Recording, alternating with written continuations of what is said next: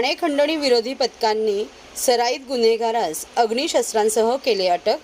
लोकसभा निवडणुकीच्या दरम्यान काही अनुचित प्रकार घडू नये यासाठी ठाणे पोलीस आयुक्त यांनी पोलिसांना सक्त आदेश दिले होते।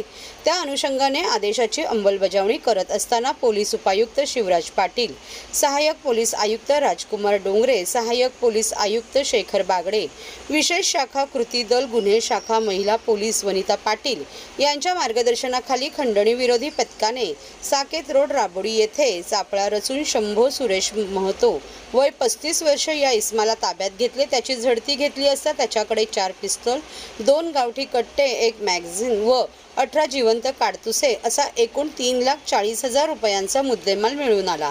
हा आरोपी टागोरनगर विक्रोळी येथे राहणारा असून मूळचा बिहार इथला आहे।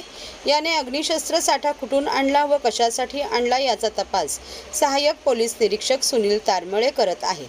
पोलिसांनी केलेल्या तपासात हा आरोपी रेकॉर्डवरचा सराईत गुन्हेगार असून त्याच्यावर नवी मुंबई येथील रबाळे पोलीस स्टेशनमध्ये खुनाचा गुन्हा दाखल असून 11 वर्षानंतर तो जामिनावर सुटून आला आहे। या आरोपीला न्यायालयाने 25 एप्रिल 2024 पर्यंत पोलीस कोठडी सुनावली आहे। लोकसभा इलेक्शनच्या अनुषंगानं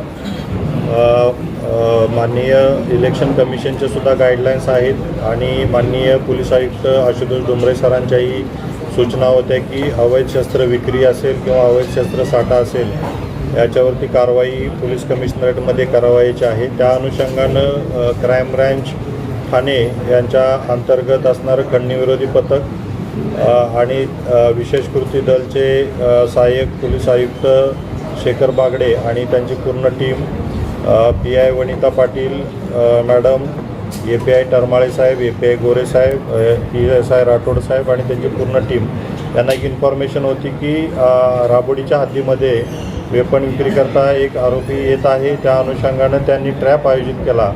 त्या ट्रॅपमध्ये शंभू सुरेश महतो वय वर्ष 35 हा आता राहतो विक्रोळीचा पण मूळचा राहणारा आहे बिहारचा।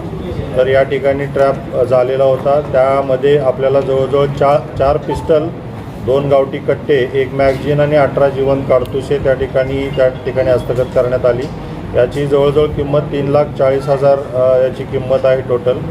आणि याच्यामध्ये आता पुढंही याच्यामध्ये हे वेपन आणले कुठून आणि या ठिकाणी विक्री करण्यासाठी कोणाला आले होते याचा तपास चालू आहे। प्राथमिक माहितीमध्ये असं कळतं की बिहारमधून वेपन आणलेले होते।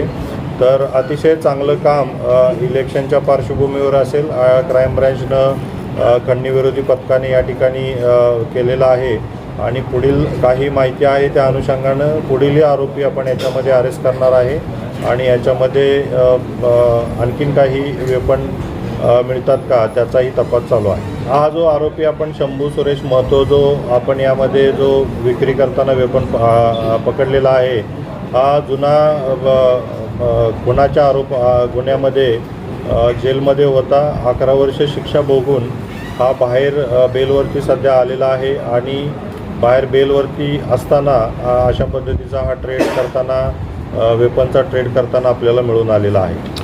हे जे आहे ते हँडमेड वेपन आहे, त्याच्यामध्ये असा कुठल्याही पद्धतीचं आपण निष्कर्ष काढू शकत नाही। हे जे मार्क्स असतात हे वेगवेगळ्या विक्री करण्यासाठी वेगवेगळ्या पद्धतीचे वेपन तयार केले जातात। त्या अनुषंगानं ते ट्रेडमार्क त्याच्यावरती सेट करतात। बाकी कुठलंही याच्यामध्ये असं आपल्याला सांगता येणार निश्चित स्वरूपामध्ये याच्यामध्ये इंट्रोगेशनमध्ये असा कुठलाही अँगल याच्यामध्ये रिव्हील होत नाही आहे। असं कुठलाही त्या गँगशी किंवा इतर गँगशी हा प्युअरली ट्रेड करण्यासाठी, विक्री करण्यासाठी आणि त्याच्यामधून पैसे मिळवणे हा उद्देश असणारा हा आरोपी या ठिकाणी आम्हाला मिळालेला। आपण इलेक्शन आचारसंहिता लागल्यापासून जवळजवळ 15 वेपन क्राईम ब्रँचने या ठिकाणी हस्तगत केलेले आहेत। बाकीचे आपण कमिशनरेट लेवलला किती झालेले आहेत हे आपण माहिती घेऊन आपल्याला